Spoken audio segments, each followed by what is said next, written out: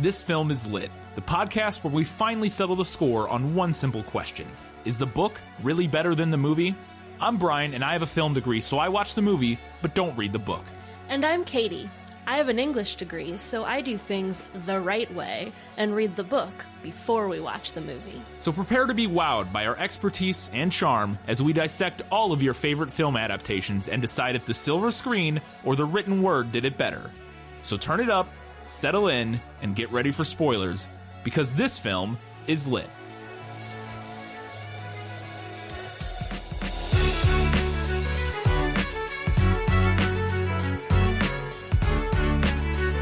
An adventure for those who seek to find a way to leave their world behind. And that sounds pretty good right about now. It's Jumanji, and this film is lit.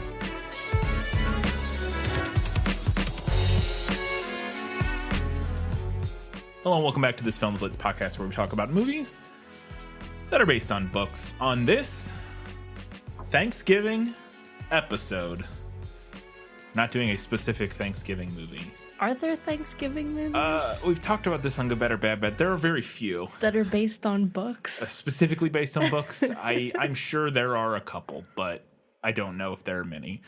This one we talked about does technically have a scene or two that takes place at Christmas. But it's a good holiday family, holiday season family type movie. A lot of it takes place in the winter, even though it's not necessarily like Thanksgiving or holiday. And it's a nice, fun adventure romp, I guess.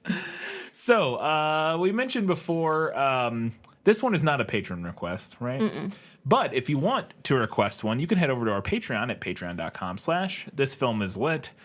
And we take, if you support us at $15 a month or more, you go into our priority recommendation queue, which those movies get priority recommendation status, which means we'll do them sooner than other recommendations we get, because we have a list that is hundreds of movies long at this point, from our own list that we put together to other recommendations that we get occasionally, through Facebook and that sort of thing. And so if you something you desperately want to hear us talk about, support us at Patreon for a few months at least at $15 a month, and we will get to your movie much quicker. You can also support us for less than that. There's like a $2 and a $5 level, and you get different things at those levels. At $5, you get access to bonus content and that sort of thing. So before we get started, we wanted to make this minor announcement. If you're listening to this episode on the day it comes out, for patrons or regular listeners, patrons get it on Tuesday evening. Regular listeners, if you're listening to it when it comes out, it's Wednesday, the 25th, right? Yes. Wednesday, November 25th.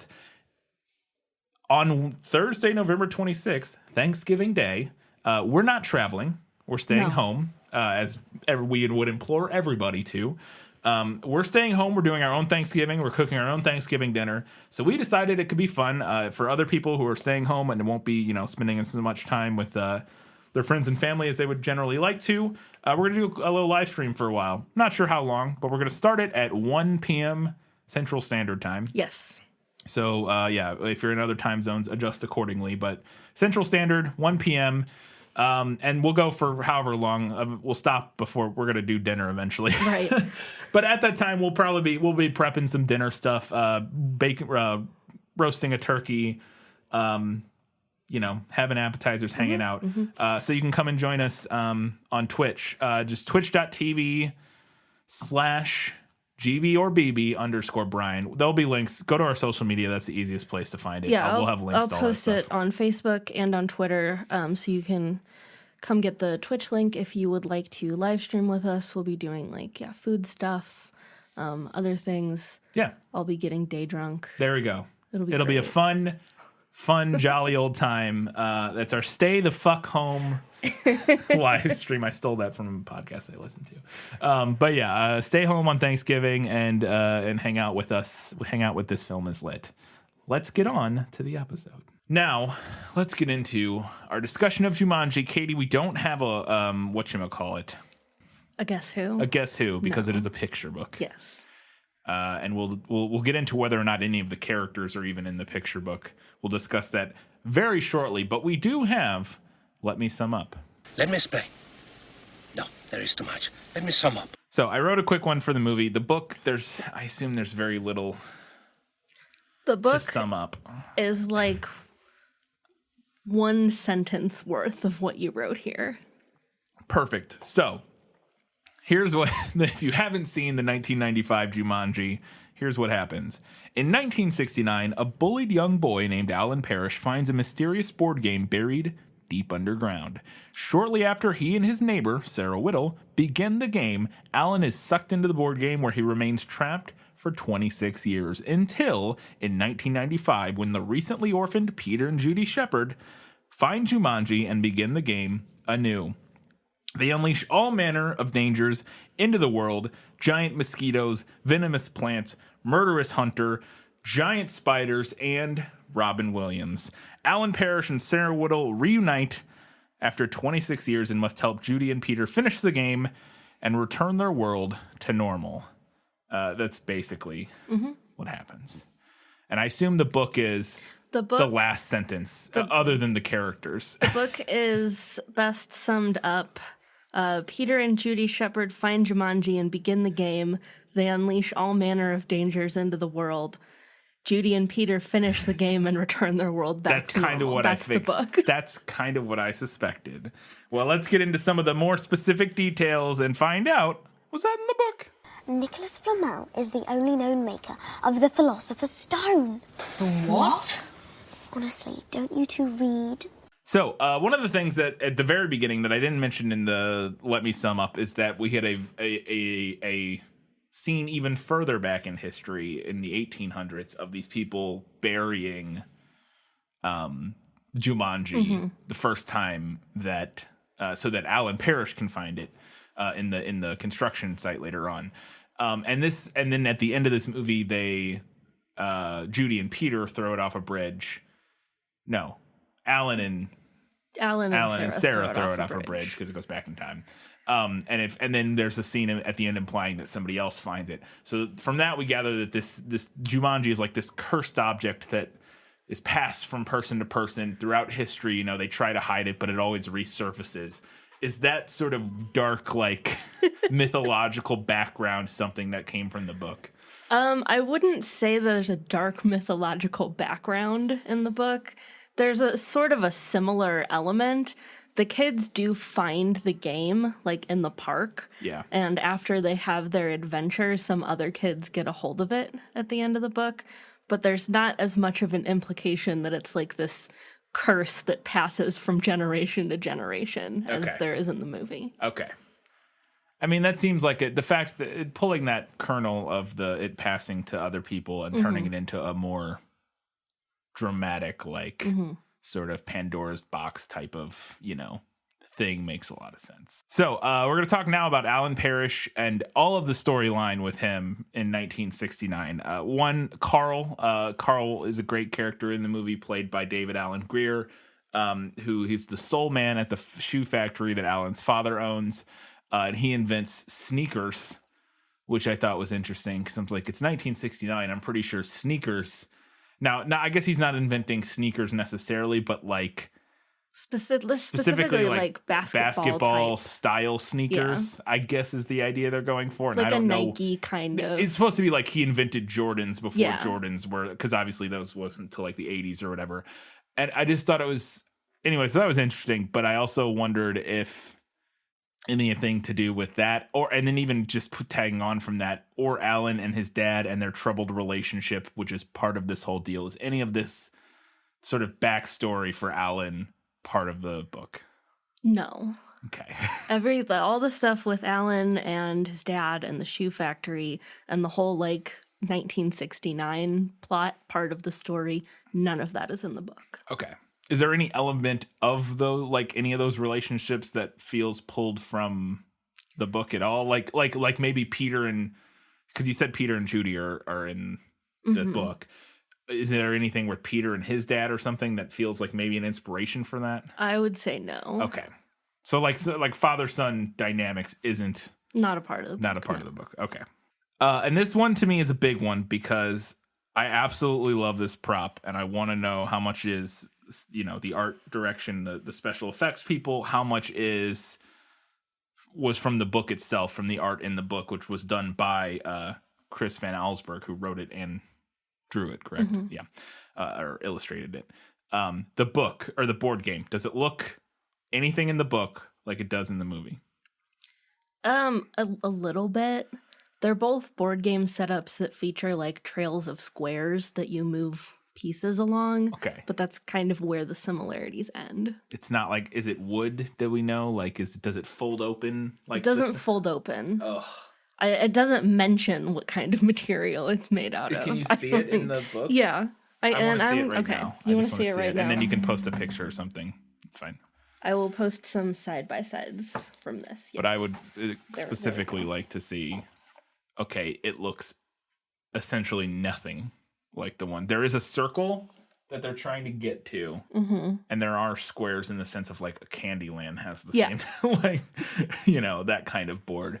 But it is not anything else. Yeah, it just looks like a generic, like a cardboard game. And the pieces aren't particularly interesting. They just look like, generic, like little. They look like the pieces from Sorry. Pieces, yeah. Okay, boo. So yeah, literally nothing like the movie one in all its intricacy. Because I do love that board. I love the way it opens and the little compartment for the pieces.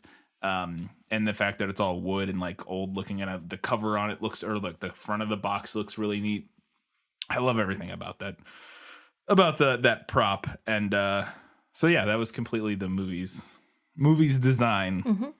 So this is something I assumed is probably from the book, is that whenever they move their piece in the movie, after they roll, their pieces move automatically. Which I guess I could ask about that. Do the pieces move automatically in the book? No, they don't. Okay, I didn't even think about that because it must be microchips. Obviously, it was always confused me that she didn't say magnets. That she says because they say magnets at the beginning. Oh, do they? He says it must be magnetic. Oh, that's right. In the 60s, and so it's an attempt to update it. Right. I forgot. But that he does. Yeah, magnets make sense in microchips. And magnets even still make sense in 1995. Yeah. Like I guess microchips could control the magnets or something. I don't know. It's just, it always cracked me up. Okay, so the magic pieces moving is from the movie.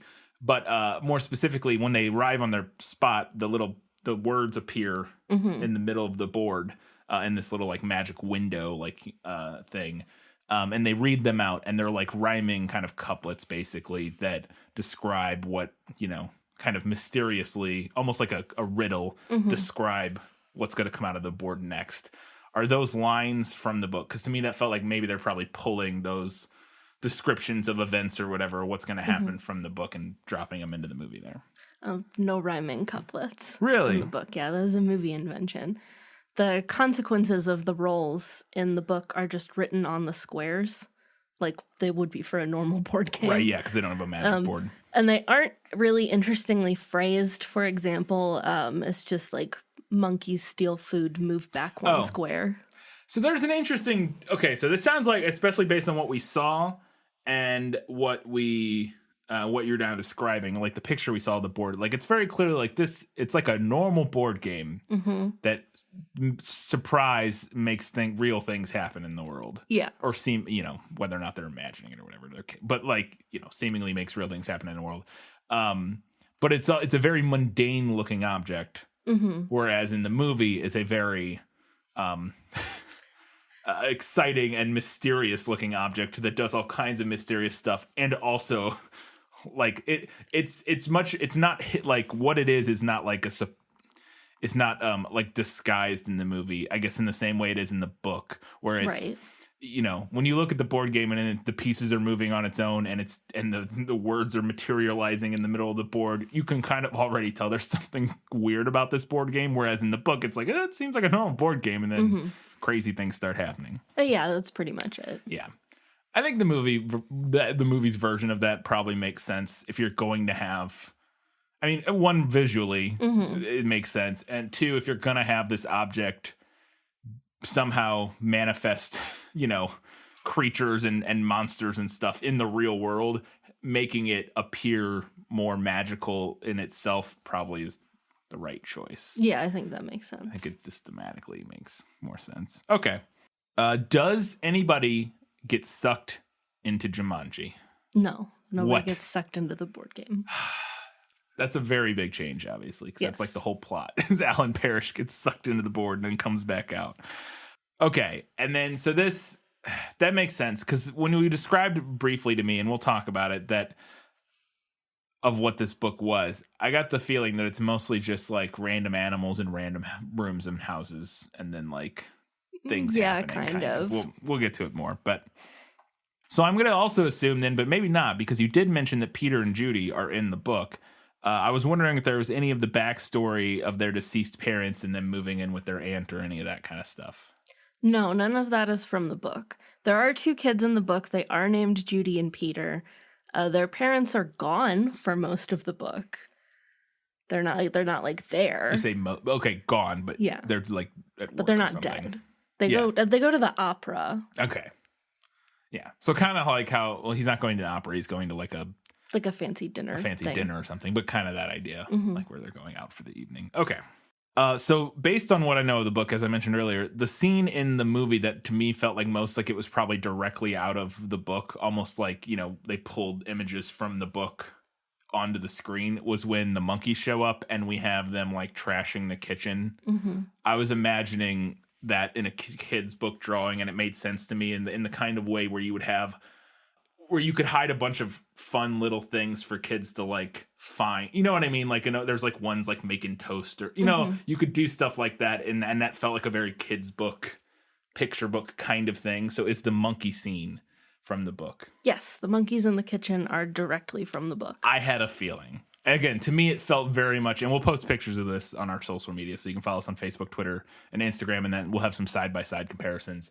But yeah, that one of all of them to me felt the most obviously from the book. Oh yeah, totally. It just felt like, yeah, like I said, it's just like, because you can imagine, it was the kind of things I loved in books, kind of like it's very different, but similar to like a Where's Waldo or a like the whatever the magic not. Are you thinking of I Spy? I Spy, and now that's different, but yeah. Even a lot of kids' books did this very similar thing where you get a scene. And there are lots of little different vignettes within the scene. There's a lot of visual interest to it, lots of things to look at, which is the point of a picture book. Right. But I mean specifically like, there's one like who's juggling knives over in this corner, and then there's one in the fridge, and there's one at the stove cooking, like that kind of thing where it's like there's these little tiny things going on within the larger scene of like the chaos that feels very children's book to me. Another thing I wanted to know that I thought was interesting was the giant carnivorous plants, because one of them tries to eat Peter. And we talked about in the prequel episode how Ebert, I believe it was, said this movie was too scary for kids. And I mostly disagreed, and I still do disagree, especially his example, which was the monkey. The kid turning into a monkey. Well, yeah, given what all is in this movie, I do feel like that's kind of an odd choice. Although I could see how maybe that might creep out like a little kid. Maybe. Like the idea of it happening. Yeah, I guess. Because we did get a comment on Facebook after our prequel from a listener about that she was scared because after the movie came out, her family like bought the board game. Yeah. And she was scared that it would actually happen if they played the game, yeah. which was like a level of it that I hadn't really considered. Yeah. That like idea that like, oh, it could happen if we play this game. I guess that makes sense for very young, which I guess it is rated PG. So like, there could be, 4-year-olds or something watching it. But but there were particular scenes that I was like, and the plant one, and in particular the giant yellow one that comes out of the thing that has like weird spider pincers that look, and it kind of looks like almost has like, again, like spider like features, and it's like trying to eat Peter, and that scene does feel like something out of almost like The Thing or something, except like a very toned down version of like The Thing. Creepy. It's pretty intense. And so I kind of understood that. And then some of the other, the spiders I still think look too silly. Like even me, I don't like spiders, and they look they don't move like the thing that makes them not creepy is that they don't move like spiders. They like wobble like they, you know what I mean? And the thing that makes spiders really creepy to me that bothers me the most about them is like how they move, and if they're quick and that, like when they dart around or just like if they move really slow and like creepy.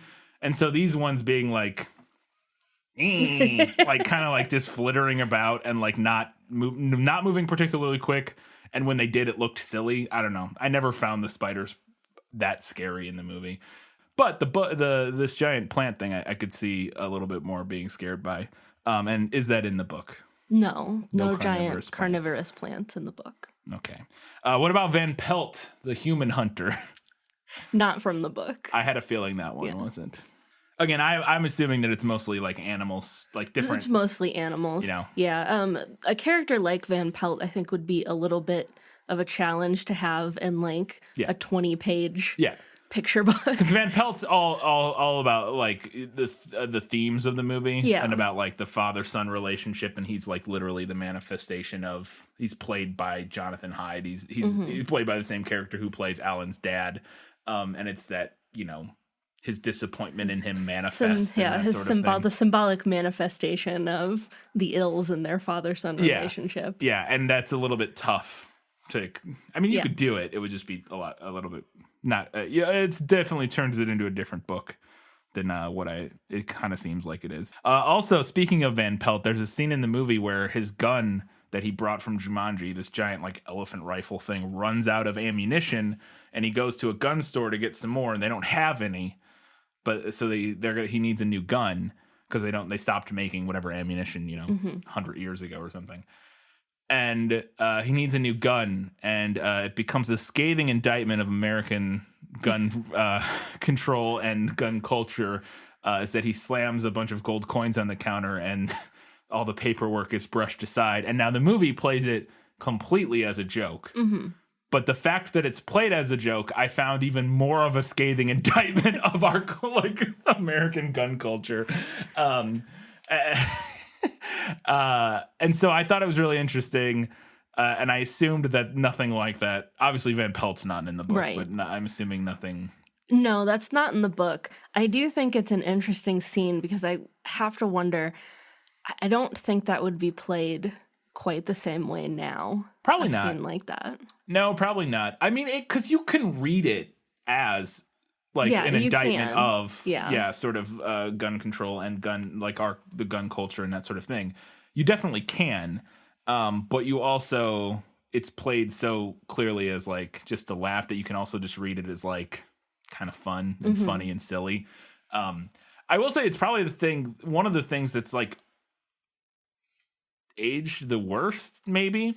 But again, even though I don't necessarily that's true, because again, you can read it like in the current day, you read it more critically and more. Right. Yeah. So it kind of still works. But in general, I was surprised at how well the movie aged in regards to mostly like not having. At least I'm sure there was a few moments that I could think of.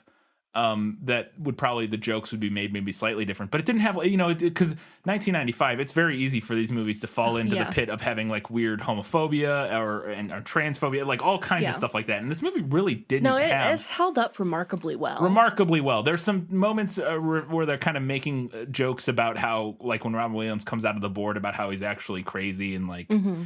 That could be seen potentially maybe like kind of borderline ableist jokes of some sort. And I can get that for sure. And but other than that, there's not really. Yeah, we really avoided, like you said, like the weird kind of homophobic, transphobic jokes that are often just generally in media from this era.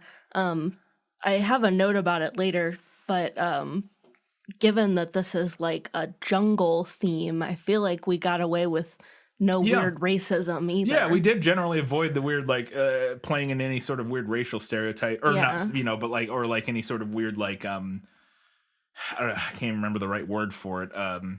But yeah, because like Robin Williams comes out and he's not wearing like, he's wearing like clothes that are, could be made from stuff in the jungle, but it's not like specifically, at least to me, it seemed like it was specifically like parodying or like calling back to a specific like tribal culture of any, you know what I mean? Like it didn't feel like, oh, they're like, that's clearly supposed to be like a, I don't know. Like the only thing potentially, and this is what I had a note about later, is like the drum sound effect. Yeah. Potentially, but we don't ever like, we never get like a band of savage natives they don't come chasing him out of the board, or they don't show up, and because that would be an easy one you think could potentially happen. And yeah, I mean, but drums being associated with, drums are associated with tons of cultures in tons of different ways, and I see what your point. I definitely see your point, but yeah, I think you could make an argument for it or against it. Yeah, for sure. Yeah, and actually, I thought it was also funny is that, the only other thing you could talk is that we have one of our protagonists-ish of the movie is a cop, but it is funny that he only became a cop because capitalism destroyed him. This is a scathing indictment of when things go back to normal and he isn't thrown out on his ass and the city doesn't descend into hellscape because one factory closed. He doesn't have to be a cop anymore. He gets to continue making the shoes that follow his passion and continue making his shoes. And I was like, is this movie woker than it meant to be? Like, I don't know. Yeah, I thought that was interesting. So, does one of the kids turn into a monkey? This is another one. We talked about this, and we'll get into it. I did not find the monkey scene creepy. He looks just kind of like a silly, like he does look a little more like a werewolf than a monkey, in my opinion. Other than when we see his tail eventually. Yeah.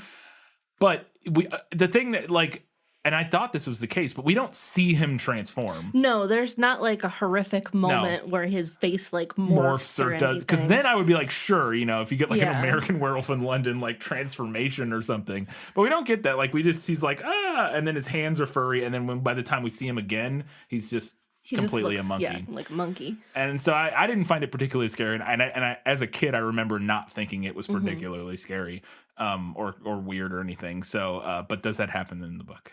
No transformations or light body horror or anything like that. Okay. So none of the kids try to cheat and it doesn't backfire on them? No. Okay. How about the monsoon scene? This is another one that I felt like could have been a scene. It felt like very much one of those moments that could have happened in the book where we get the whole house turns into a jungle or a rainforest, and there's water filling up. And it's also one of those things that I think is a very, at least to me, it was when I was a kid, and still is to some extent. But as a kid, it was one of those things that my imagination loved running wild with, and I would love reading about or watching in movies and stuff. Is places that shouldn't be full of water. It's a very interesting thing to me, like the idea of swimming around in your house. You know what I mean? Yeah. Something about that is very whimsical and interesting. At least it was to me as a kid, more so, And I'm assuming I'm not unique in that regard, and that the idea of your house filling up with water is something that kids just find fascinating or whatever. And so it wouldn't surprise me if it was in the book. Does it happen? There is a monsoon in the book. It does rain, and there's a lot of fog they mention. It doesn't turn into a flood / river. Right. So the house doesn't fill up with water, and regrettably no one wrestles a crocodile. Dang. Okay. Again, getting on to the scary things. Giant spiders. I say scary. Like I said, I didn't really find them that scary as somebody who doesn't even like spiders. Are they from the book? They are not. Okay. There are moments of them that are creepy. The creepiest moment, I think, there's two. There's one when they first comes down in the background. Yeah. The one that goes past the window. The one that first comes down on the string. That's the creepiest part, in my opinion. And after that, it gets a little less creepy. And then there's one other, the close-ups of their face and their jaws. That's also kind of Yeah. But anytime you see them moving, not so creepy. Especially because in one particular moment, you can tell they're being somebody. There's a string tied to them, because at one point when Peter gets the axe and he's swinging the axe at them, they just teleport backwards, and it's so clearly because he can't hit these expensive robots with an axe. Right. They need to do more takes or whatever, or even if he did, it would just break and look like a robot, or like a plastic or whatever. And so whenever he goes to swing an axe at it, it just slides back 3 feet. It's so clearly somebody had a rope and was whoop, and just yanked it backwards. Again, they just don't move like spiders. Okay, so getting to the end here and how it all wraps up, there's the big dramatic moment in the movie, which is a ton of fun. I love it so much. And I have a very visceral reaction to the sound effects and the sound design in this particular moment, which is it's Robin Williams' turn. He needs to roll a 3. He's 3 spaces away. If he rolls a 3, he lands on it and he wins the game and it's over. and he's down by himself, and he gets confronted by Van Pelt, and he's holding the dice, and then he drops them from his hand because Van Pelt says, "Drop whatever you're holding," and he drops it, and it's their dice. One falls out, and it's a 1 on the board, and then the other one falls down, because at this point there's been an earthquake was there an earthquake in the book? Not in the book. No, not in the book. Okay. At this point in the movie, there's been an earthquake that's like split the whole house in two, created a big chasm down, hundreds of feet or whatever, and he drops the die, and it tumbles, and it's like skipping downstairs and off things, and it rolls and rolls and rolls, and the sound effect it makes as it tumbles down all those things warms my soul. I don't know why. That specific sound effect, I don't know, something about it, I just love it. I love it so much. And then it finally lands and, teeters right on the edge of like this, of falling into the abyss, and it lands on a 2. And his piece moves onto the board, and he sees it, but he doesn't know because he didn't know what he rolled. But he sees it, moves on. He says Jumanji, and he wins. Is there a dramatic die roll? That kind of dramatic moment? I'm assuming not. No, there's no dramatic die roll. Okay. How does it end in the book? Does everything? Well, first, so then everything gets sucked into the board in the movie. Mm-hmm. Is that what happens in the book? Does everything get sucked in, or does it just like magic? Pop back to normal. No dramatic scene with everything getting sucked back in. It just resets. Everything is as it was before the game began. So somebody just rolls to the board, or like somebody just wins? It's Judy in the book who wins. Okay. And she rolls and gets to the center and yells Jumanji. Okay. And then everything like then snap, just like resets. That's kind of what I've expected versus the movie's like big CG festive swirly, which you could do. You could do something. You could draw like a tornado with animals sticking out of it for sure. But that's kind of what I assumed would happen in the book, because it just kind of snaps and resets. And then finally, Peter and Judy in the book, in the movie, it's Sarah and Alan. They take it, they tie some bricks to it, and chuck it in a river, only to be found washed up on the shores of some faraway country. Mm-hmm. To be found by some other children. Do we have that same kind of, not cliffhanger, but I guess I don't know what that's called. Continuation of the story. Yeah, that's cyclical. Yeah, that cyclical ending or something. Kind of. Yeah. The kids initially find it in the park. In the book, they find the game in the park, and after they have played and won, they're like, we got to get rid of this. Let's put it back. So they put it back in the park where they found it after they play. And then at the very end of the book, we see 2 more kids taking it back out of the park. So they do have that part at least where it's like, somebody else found it. Yeah. Oh no, it's going to happen again. Okay. Just slightly different scenarios. All right. Those were all the questions I had. I didn't have a Lost in adaptation. It's not really anything. I doubt I could have helped. Yeah, and that was the other thing with these kind of books. It's like, even if I had a question, I don't think you would have, book would have had much more background on it. But I didn't really have any questions. It was pretty straightforward in terms of the rules, which is, I think, one of the reasons the movie does work as well as it does. Because I do love this movie quite a bit. I think it's quite good, much better than the reviews at the time.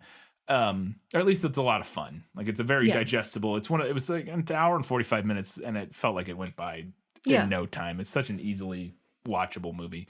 So I didn't really have any questions for Lost in adaptation, but we do have better in the book. You like to read?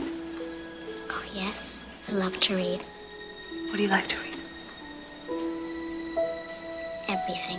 So I don't have a ton of things here. Yeah. I've got a couple things that were like left out of the movie. Right.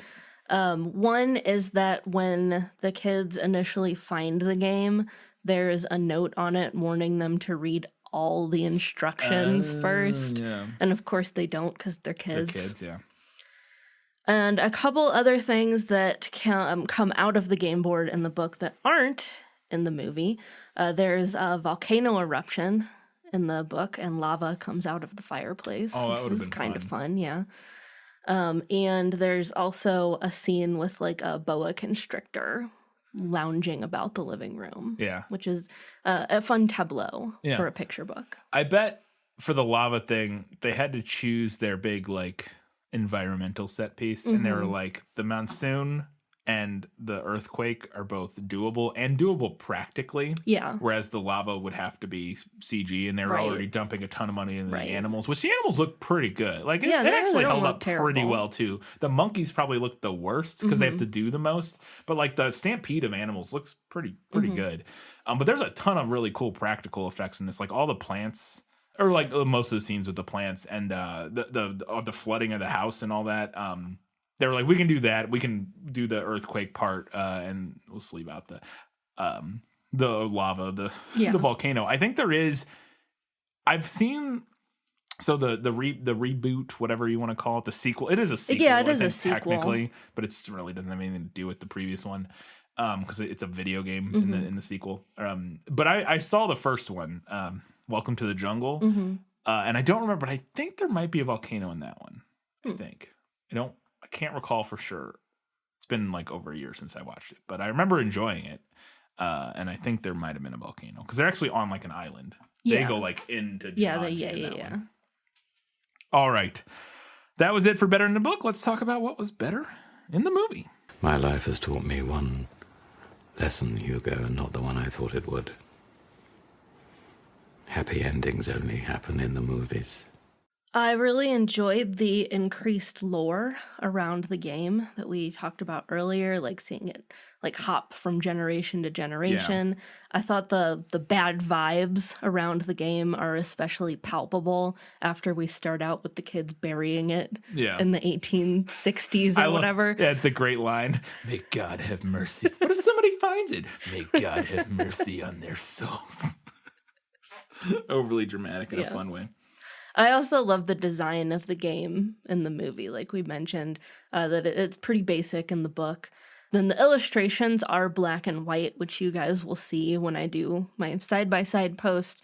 But the text says that the board has colored squares. So I kind of preferred, in the book and in the movie, it's kind of like a stark, like black and white. Yeah. The board is like kind of has colors on it, but the pathway is like white. Yeah. Like ivory. It's probably supposed to look like ivory or something. Right. And I thought the movie's like carved animal game pieces were more interesting than like the pieces from Sorry. I love every single thing about the board game in this movie. Yes. I mean, like we said, like basically the game in the book sounds like a normal board game, and the movie's version feels like some cursed object that manifested in the wretched ethos of time. Like, it's just more interesting, I think. For sure. The movie's story has layers. The book is pretty simple, which is fine. It's a picture book. But I really enjoyed the addition of the two plot lines and how they intersected, plus having the added personal conflicts of Alan and his father and Judy and Peter's parents having died, and the way that all of that kind of like overlapped. And then including with that, Alan's relationship with Peter, because of his relationship with his dad. I mean, they it's not subtle. They like literally, Alan says 26 years is trapped in a jungle and I still turned into my father or whatever. Like, so it's on the nose, but it is nice how they kind of connected those, and it's a nice little message. And again, not a non-problematic message, like in terms of like just having you talk to your kids, like love your kids, talk to them, don't be an asshole, kind of nothing like extremely profound, but also nothing that aged a nice, terribly. Wholesome message. Yeah. In the book, there is a guide that comes out of the game, like a human guide, but he doesn't interact with the kids. The idea is that the guide is lost, so he basically just like puzzles over his map the whole time. But I thought that Alan's character was kind of a good like extension of that idea. He's not from the game, but he knows about Jumanji and how to handle what else comes out, so he is able to act as a guide of sorts. Right. Yeah, absolutely. It gives you the guide character and then also you get to avoid what that guide character could have ended up being in a 1995 movie. Having it just be Robin Williams coming back is preferable. I also really liked the Van Pelt character. I thought including a direct villain was a good idea, rather than having the villain just be the game. Yeah. He's kind of a manifestation of that. And it's an interesting play on that character trope of like the English hunter. Yeah, the colonizer. Yeah. Yeah. I like that the film used him to essentially force Alan's character growth. I also enjoyed his hat. He does have a great pith helmet. Yes, it was a great pith helmet. You'll love a good pith helmet. Problematic history aside, you'll love a good... problematic headgear. You gotta love a good pith helmet. But it's a great silhouette. Speaking of character growth, I also thought the movie did good with character growth for all four main characters. Mm-hmm. We all got a little bit of growth each. Alan most of all. Yeah, Alan for sure the most. Yeah, but it all kind of like overlapped and fit into the other elements of the story really well. Yeah. Yeah, I agree. Yeah, I guess Kirsten Dunst probably also has like maybe the least, I would say, her character. Peter grows, know, from being not, he's not speaking and not being able to process the trauma of like his parents' thing, right, to being able to kind of deal with it a little bit more. And she is able to stop lying in the end. Yeah. I guess I don't feel like we don't necessarily see as much of a concrete example of that growth in the same way, but there is still definitely, it's still there. Yeah. Like she's not as much of like the snarky kind of like, liar that she is at the beginning. Some random additions to the story that I think were good. The carnivorous vines and flower, horrifically vaginal though it was. Peter becoming a monkey boy, thought was an interesting addition. Loved the crocodile in the monsoon river and the giant spiders. All things that we mentioned that were not in the book that I thought were good additions to the film. I also really like the climax of the film. The stakes get really high at the culmination of everything. We've got Van Pelt. Judy has been poisoned by the flowers, the dice falling dramatically, as we discussed, and then Alan's triumphant Jumanji when he wins. It's a very satisfying conclusion to everything that happened. Yeah. And especially, I think the fact that it is Alan who ultimately wins and is able to set everything right. Yeah. Because he is the one who kicked it off. Yeah, it was him. It was his fault, for lack of a better word, at the beginning. And him being the one who finally takes sort of responsibility at the end when he wouldn't take responsibility for things at the beginning. And he was trying to run away from his problems and all that sort of stuff, and ultimately runs the furthest possible away by running into a board game, fictional universe for 26 years. But then coming back and learning from that and sort of deciding not to run away anymore. I mean, again, none of it's super subtle, but it's subtle enough and works in a way that it doesn't feel like, as a kid, you don't feel like you're being like, you're watching like an after school special, right, being moralized to. And I think it works really well. And I thought I was surprised to read in some of the reviews at the time that they thought like the story wasn't very good. Like I think the story's really good. Yeah, I think it's quite good for what it's trying to do. Like for a movie that's mostly like crazy fun set pieces and like, stampedes through downtown and like all this chaos and stuff, to still have a relatively And from my memory, Welcome to the Jungle has a similar type of, it's all this crazy over the top stuff, but it's still a grounded moral message at its heart that works pretty well. Yeah, this movie has spectacle, but it's not just spectacle, which I think is really important. Yeah. And my last note here, I really liked the movie's denouement. I think the fact that everything pops back to 1969 when the game originally started is really interesting. Yeah. I like that all four main characters really do get like a hard reset on their lives. Yeah. Peter, Alan and Sarah get to live an extra 26 years. Right. I mean, Alan, it's funny is that Alan goes on to just to like take over the shoe company. It's like he could have been the next Bear Grylls. Like, why didn't he go into like survive? I guess he just didn't want to, he's like, nah, I lived it for 26 years. I'm good. But he has all this like real world survival knowledge that could really, he could really sell if he wanted to. But well, what about Sarah though? She knows everything that happens from 1969 to 1995. And she doesn't become a psychic. I'm saying she should have got in on the ground floor of like the .com boom or something. Oh yeah, like come on now. Yeah, yeah, and it is funny in retrospect, because in the original timeline, she's a psychic, you know, and then when she goes back, she actually could predict things, but she doesn't. She could, yeah. She uses her power for good, only to save Peter and Judy's parents, apparently. Or I don't know. They maintain that we don't know. They could have tons of other. They could be incredibly rich. They still have that giant. We house. don't really know what they do. Yeah, I mean, we know he runs the company. Like he runs, pair of shoes or whatever, because he's talking about putting out a new cross trainer or whatever. But you never know. They could be also have just other billions of dollars in like investments.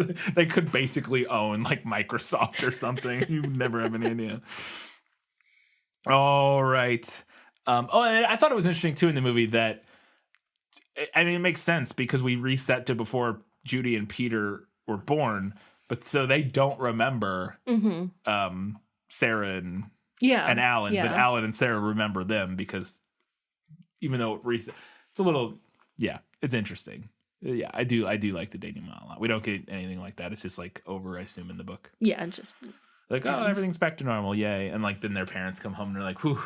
Whoosh. Yeah. They do kind of figured that was the ending. All right, let's go ahead and talk about what the movie nailed.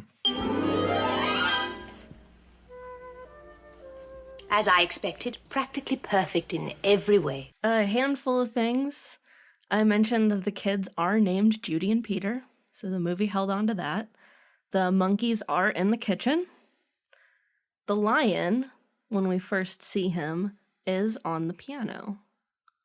So that was a holdover. Yeah. The rhino stampede. There is a rhino stampede in the book. You could see it here on the cover. Yeah, it is on the cover. Yeah. The movie has other animals in the stampede too, but it starts with rhinos, so I'm going to call it close enough. That the scene in the movie where they're stampeding down the hallway looks pretty similar to what we get in the book. Yeah. We probably pretty much just stay in the house in the book, right? Yeah. We don't go like around town or whatever. Okay. That's kind of what I figured. And then there is a monsoon. Yep. All right, cool. Let's go ahead and get to a few odds and ends, and then we'll hit the final verdict.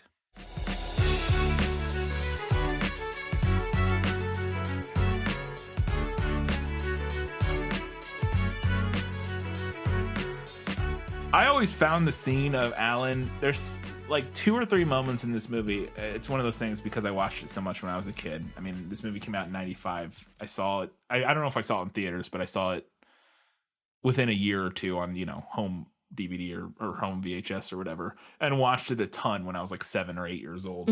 And so there's a lot of moments that are like, sort of solidified in my memory. And I mentioned the die roll and the sound of it at the end.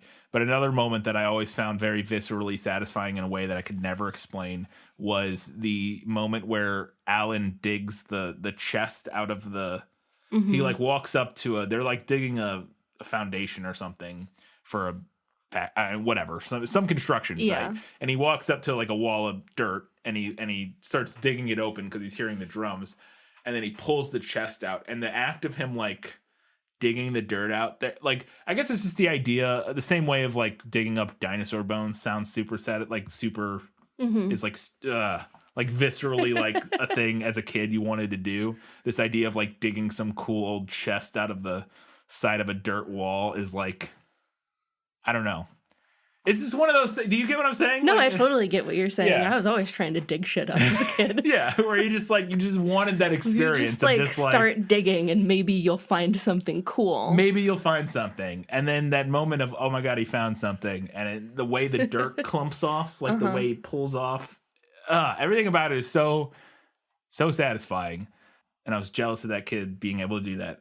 I was like, you lucky. But then also, I also really love after he pulls the chest out and opens it, and then it's like the game board is inside, but it's like buried in sand, and then he picks it up and tilts it, and all the sand runs off. Yeah. I mean, that's less, like, that's just like standard, whatchamacallit, oddly satisfying fare. Like, you know what I mean? Like there's like a subreddit called oddly satisfying that's like stuff like that, you know. But like the way the sand like runs off and reveals it's like watching somebody do sand art or something. Yeah. It's just one of those, it's like visual ASMR. And yeah, but that in particular moment too also really always stuck out to me as a kid when that sand runs off, and like because of the intricately carved cover, the like way it runs off is really neat. Anyways, I love that scene. I have a couple notes here about the special effects. That sucked into the game special effect when Alan first gets sucked in and his fingers are like... Yeah. I think it looks cool. I don't remember the sound effect. The special effect. Sorry, not the sound effect. Yeah. It looks all right. I mean, it looks wild. Like when his fingers are like... looks a little goofy. And then so we had somebody on Twitter, I think it was April, who said they thought the animals were meant to look stylized and not necessarily realistic. And I wanted to get your thoughts on that, because I feel like it's kind of hard to tell if it's stylized or if it's just a shortcoming of the special effects capabilities. And I guess it depends on which ones you're talking about. If you're talking about the CG or the physical special effect animals, because like the lion, the spiders, the bats to some extent, and several others, I'm sure, throughout the course of the movie are like practical, like puppets and stuff like that. Whereas the monkeys and the rhino, like stampeding animals and all those. Oh, the crocodile's also like a big animatronic puppet thing. And then the other ones are CG. I don't think any of them looked particularly stylized, in my opinion. I mean, the spiders didn't look like any specific spider. I think they're huge for one thing. Right. And they're also they didn't, to me, read as like, oh, that's they don't look like tarantulas. Yeah. You know, they don't look like black widows necessarily, kind of that body shape a little bit. I guess like maybe an orb weaver or something. I was thinking, like an orb weaver maybe. Potentially. But even those, they usually have like a not as big round of an abdomen, I don't think. It's more of like a longer, anyways. Or maybe not abdomen, whatever the bottom part is. The butt part. Thorax? Is it the thorax? I don't know. I don't know everything about that. I don't know. I don't care, yeah. I don't care because I don't like it. The monkeys look, I mean, their faces are overly animated to let them express and stuff a little bit. But I thought like the stampeding animals they looked particularly realistic. They looked fairly realistic. I thought the stampede looked pretty good. Yeah. Of course, we don't have to like see anything super up close. No. With the stampede, so I'm sure that helps. But they didn't look overtly stylized to me in a way that that I would be like, oh, clearly, you know, they're going for like a look versus like they're trying to evoke the idea versus like trying to photorealistically display them. I thought the stampede animals looked pretty much just like what they would look like. Same for most of them. The lion, I mean, looks a little, again, its face is maybe a little more expressive than... Yeah, the lion is maybe a little bit cartoony-ish. Yeah. Again, because they're doing like an animatronic type of thing, it feels a little like you're watching a Chuck E. Cheese, but like a really good Chuck E. Cheese monster. Really good Chuck E. Cheese. Chuck E. Cheese robot or Showtime Pizza robot for other people, or I don't know, pick your local pizza arcade chain that had animatronic animals. I don't know what they had in Canada. I don't either. So this might not apply to April. I don't think they had Chuck E. Cheese. Maybe they had Showbiz Pizza, because that was, I know, up like around the northern parts of America. But I don't know what Canada I'm sure had. We'll find out from our Canadian Canada, friends. what was your guys' local pizza and arcade eatery that had animatronic animals? Everybody had one of those. What was yours?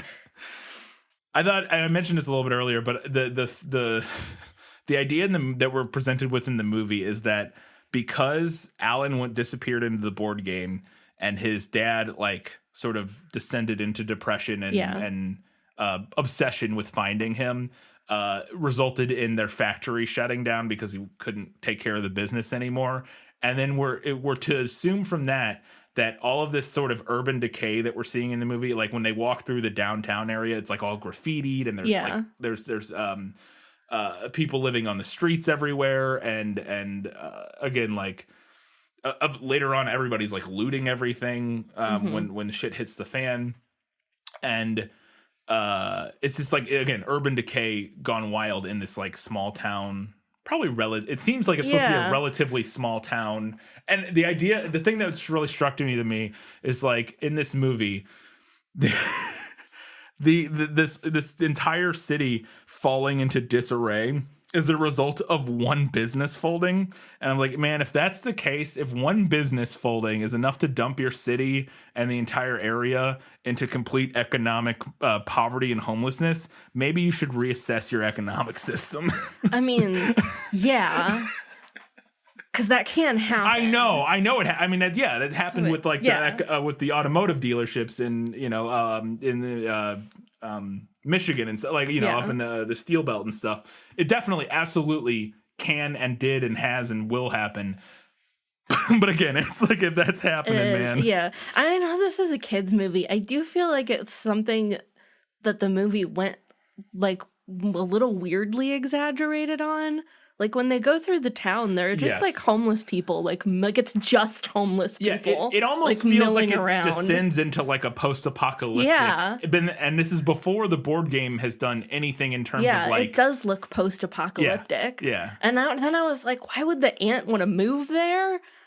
Like it doesn't seem like she wants to like open a bed and breakfast, but like who's gonna come there? Yeah, because it to does your bed and breakfast. Yeah, she really is trying to gentrify the shit out of it, and I don't know, it's weird. It was a weird. Again, I get the idea they're going for like a butterfly effect, like this one action has had giant ramifications for this whole area, and it's kind of interesting. But again, the movie doesn't really have any commentary on it. To me, it's just like, boy, that's a scathing indictment of our economic system, that this one shoe factory shutting down means everybody's homeless for the next 100 years in this, or 30 years in this town. I mean, it's interesting though, because I think you could read it as an indictment, and certainly you and I are inclined to do so. It's the same as the gun thing though. Yeah, but you could also read it as, well, once the factory comes back, capitalism is good, actually. Yes. And I agree that the movie's point isn't,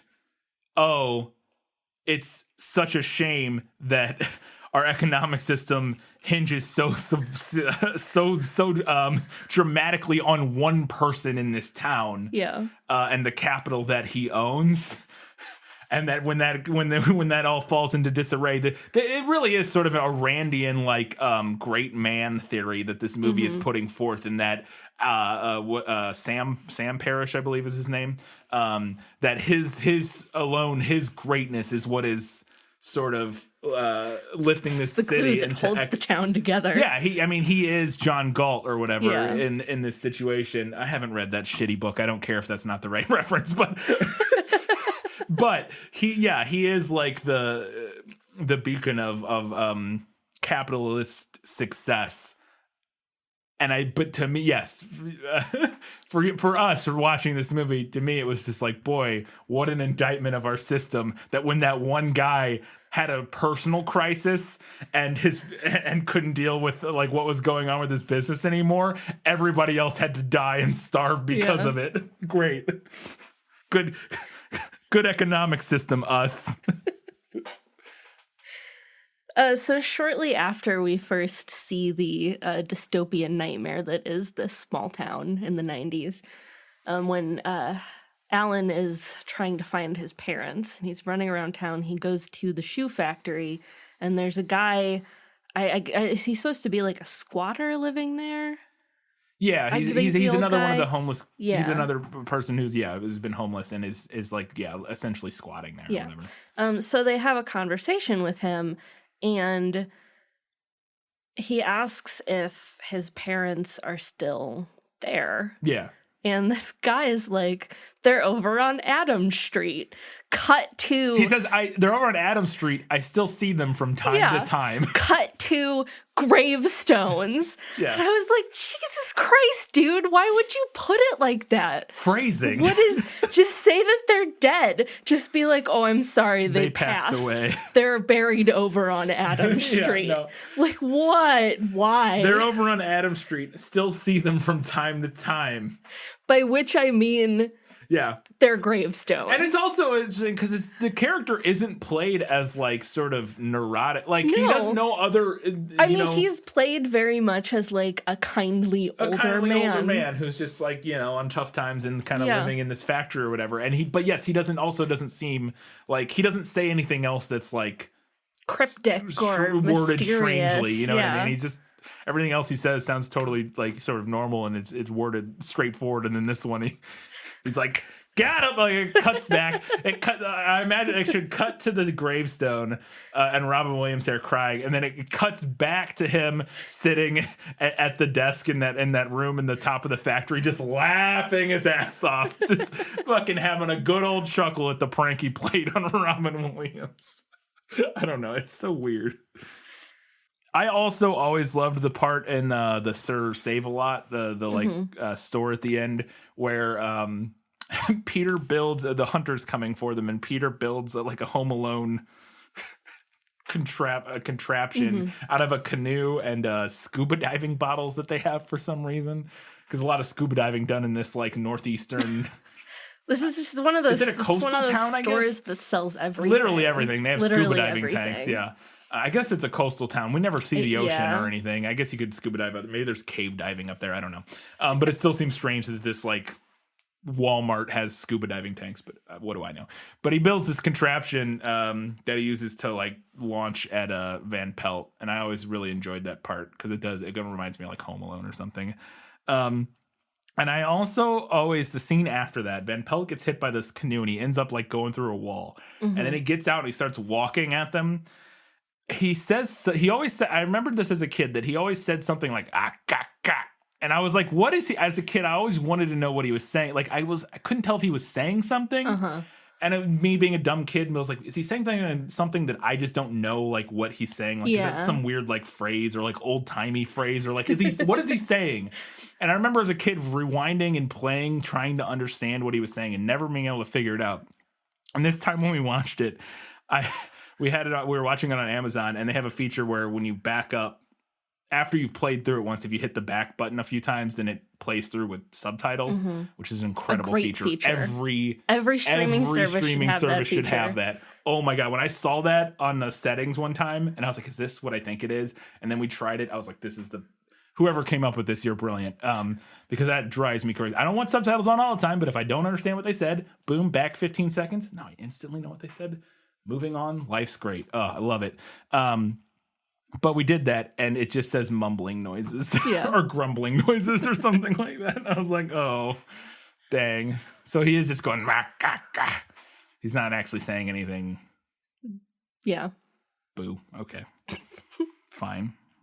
A couple notes on Bonnie Hunt's character that I had. One, they got really lucky that she still lived in that same town. In the same house. Even. Yeah. Because I would have left. Yeah, you would have expected she would have been like gotten out of Dodge. Yeah. Like, nah, I'm not sticking around where everybody thinks I'm like crazy. Yeah. Also, really dug her aesthetic in this movie. Yeah. Like the braid and the jewelry and like the kind of a 90s bohemian look. It is. She was kind of bohemian type of deal. Yeah, no, it works for her. I always thought this as a kid, and I still think it now. And obviously the reason they don't do this is because you don't have a movie otherwise. Yeah. But they really take their time in between people rolling. They do better at the very end. At the very, very end, they kind of start, and it's in particular when Robin Williams falls through the floor, he gets up and immediately grabs the dice and is going to roll. It's like, thank God somebody finally is like not met. But like the rest of this movie, somebody will roll, they'll read the thing, and then they'll sit there, and even once they're out of harm's way of whatever the thing is, it still takes them forever to start going again. If they just rolled, pick up next person, pick up the dice, roll. Don't even read. Who cares? Yeah. Who cares? Just keep rolling, keep rolling. There's no, like she says, it's all luck. You just got to get to the end. Just keep rolling, keep rolling. Like they could have been done with that game in like 10 minutes. Like not even. It would have taken them no time at all. They just would have been like, all right, speed roll, speed roll. They don't do it. My last note here was about. I really enjoyed the denouement, like I mentioned, but I also felt like Robin Williams and Bonnie Hunt's character were being a little creepy. Oh, yes. when they re-meet the kids. Like, they don't know you. No. You're being weird. You're being a little weird. A little weird. A little weird, for sure. They definitely are. But I mean, how could they not? That would be one of those, it's like one of those scenarios that's like, how do you even know? No, I know. How to act in that situation? That's so weird. Like, oh, look, those kids we saw 26 years ago in an alternate timeline. Okay. Well, my mind can handle this. Yeah. Yeah. I was going to say, too, that I remember I said I saw this, when it came out in 95 or like within a year after that. And I was like 7 at the time. And this might have been, I was thinking when we watched it, because when there's a moment in the movie where Peter's running down to the shed to get an axe, and the shed's locked, and then he looks around and he grabs an axe off the ground and starts hacking at the lock, and then realizes that that's the axe, and then he looks square into the camera, and they do a fourth wall break, and I was like, is this the first fourth wall break that I'd like ever seen? And I was thinking about it. And I think maybe in live action. Yeah. And then I was like, well, because cartoons did it pretty often. Yeah, cartoons do. I mean, that's one of the like bread and butters of cartoons is fourth wall breaks. I think mine was probably Animaniacs or maybe Looney Tunes. I was thinking Animaniacs did it a ton. Yes. But they also just did. See, that almost feels different though at times, because they just did a lot of stuth to camera, like an audience. I mean, yeah. Which is still a fourth wall break technically, but feels different than... I don't know, because it's almost like they're presenting a show, because they are essentially. Whereas, regardless, I think this was probably the first live action fourth wall break maybe that I'd ever seen. I can't think of another one off the top of my head. There aren't, because I'm trying to think of what else I would have seen before this that would have had it. Does Princess Bride doesn't have any fourth wall breaks, does it? I don't think so. Because I would have seen that before that. Like, that was 91 or something, right? Or 88. Yeah. And I would have seen that before this. But I don't think it has any fourth wall. Or no? Does it? Does Wesley turn to the camera at some point? No. I might be thinking of Robin Hood Men in Tights. You're Cary Elwes, and he definitely breaks the fourth wall on that one. I can't think of anything else. There may be, but... this might have been the first fourth wall break, and I remembered that particular moment also very vividly. Did it blow your young mind? I don't know if I understood it as a kid. Yeah. I don't know if I put it together as a 7-year-old, like what the joke was. I'm sure I did, but I don't know. I also remember the line early on, and I still think it's not a particularly funny joke. But I remember grilling my parents about this and what the heck it meant. Is that early on, there's the moment where it's after Judy and Peter, they like first move into the house and they hear the noise in the attic, and they're like standing down on the stairs, and Kirsten Dunst says to the aunt or whatever, "I'm going to stay at Motel 6." The way it's delivered feels like a big punchline, and I think as a kid I understood that it was supposed to be a punchline, and I remember not knowing what a Motel 6 was or what the joke was, and just being like, what does that mean? And my parents would be like, well, it's like a hotel, like she's gonna go stay, but I'm like, but I'm not getting why it was a joke, and I still don't necessarily get Motel 6 is it because Motel 6s suck? Maybe. Was that the joke? Maybe. Or just that she's going to a hotel because like, oh, I'm getting out of here, and it's not really as much of a punchline as this. For some reason they chose Motel 6. Like or maybe was it a merchandising thing that like literally Motel 6 pay for? Who knows? I don't know. Because to me it feels, if you watch that scene, the way it's punctuated, like the music cue makes it feel like that's supposed to be like a big punchline. And I never understood, and I still don't necessarily get why that would be a big punchline. I don't know. Anyways, whatever.